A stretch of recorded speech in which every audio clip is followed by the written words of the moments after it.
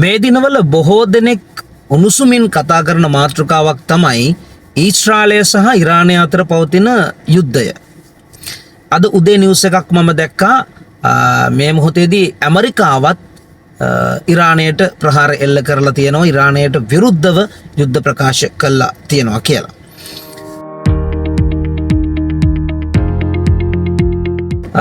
මෙතනදී බොහෝ දෙනෙක් මේ යුද්ධය ගැන කතා කරනවා, ඒකේ බලපෑම් ගැන කතා කරනවා. හැබැයි මම වෙනස්ම විදිහට කතා කරන්න හිතුවා. ඉරානය සහ ඊශ්‍රායලය අතර යුද්ධයක් තියෙනවා. හැබැයි ඒක කොහොමද ලංකාවට බලපාන්නේ? කෙනෙකුට හිතෙන්න පුළුවන් ඔය පිට රටවල තියෙන යුද්ධ කොහොමද ලංකාවට බලපෑමක් නැහැ. මොකද අපි ඒකට සහයෝගයක් දක්වන්නෙත් නැහැ. අපි ඒකට විරුද්ධත්වයක් ප්‍රකාශ කරන්නෙත් නැහැ කියලා නෑ. හැබැයි කොමර්ස් කරන දරුවෙක් විදියට, කොමර්ස් ඉගෙන ගන්න දරුවෙක් විදියට, එහෙම නැත්නම් පුංචි ව්‍යාපාරයක් කරන ඔබට, නැත්නම් මහා පරිමාණ ව්‍යාපාරිකයෙක් වුණත් ප්‍රශ්නයක් නැහැ. මේ කාරණාව ගැන දැනගෙන ඉන්න එක වඩාත් නිවැරදි. ඔබ ඉදිරියේදී ගන්න ව්‍යාපාරික තීරණ වඩාත් නිවැරදි තීරණ බවට පත් කරගන්න හැකියාව ලැබෙව නිසා වීඩියෝ ඉවර වෙනකන් බලන එක ඔබට වැදගත්කමක් තිබේ.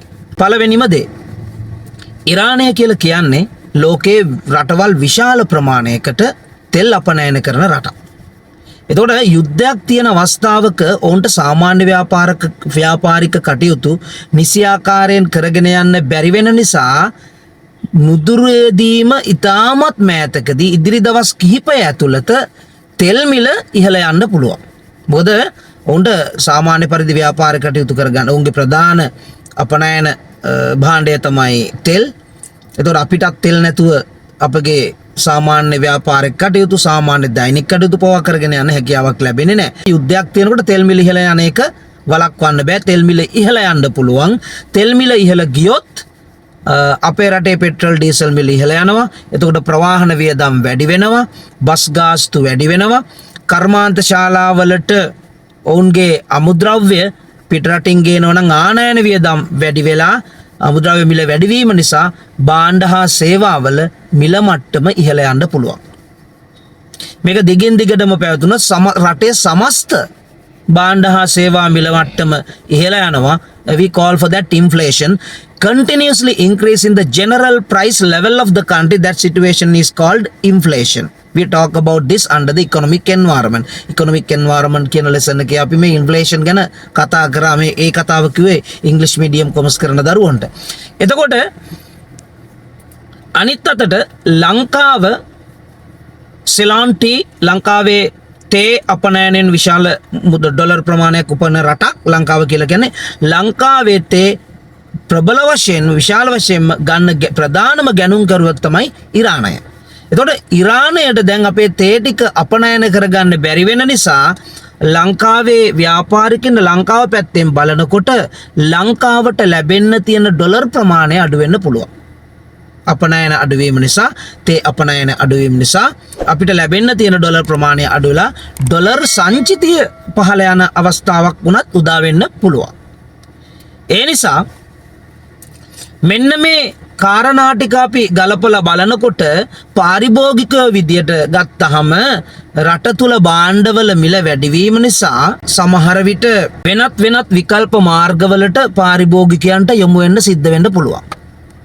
එතකොට සමහර අවස්ථාවල අපි දන්නවා දැන් විදුල බල මණ්ඩලයේ ඉලෙක්ට්‍රිසිටි බෝඩ් එකේ සමහර අවස්ථාවලදී මේ විදුලිය ලබා දෙන්න මේ තෙල් භාවිතා කරනවා කියලා. එතකොට සමහරට විදුලි බිල තවත් වැඩි වෙන්න හැකියාව තියෙන්න පුළුවන්.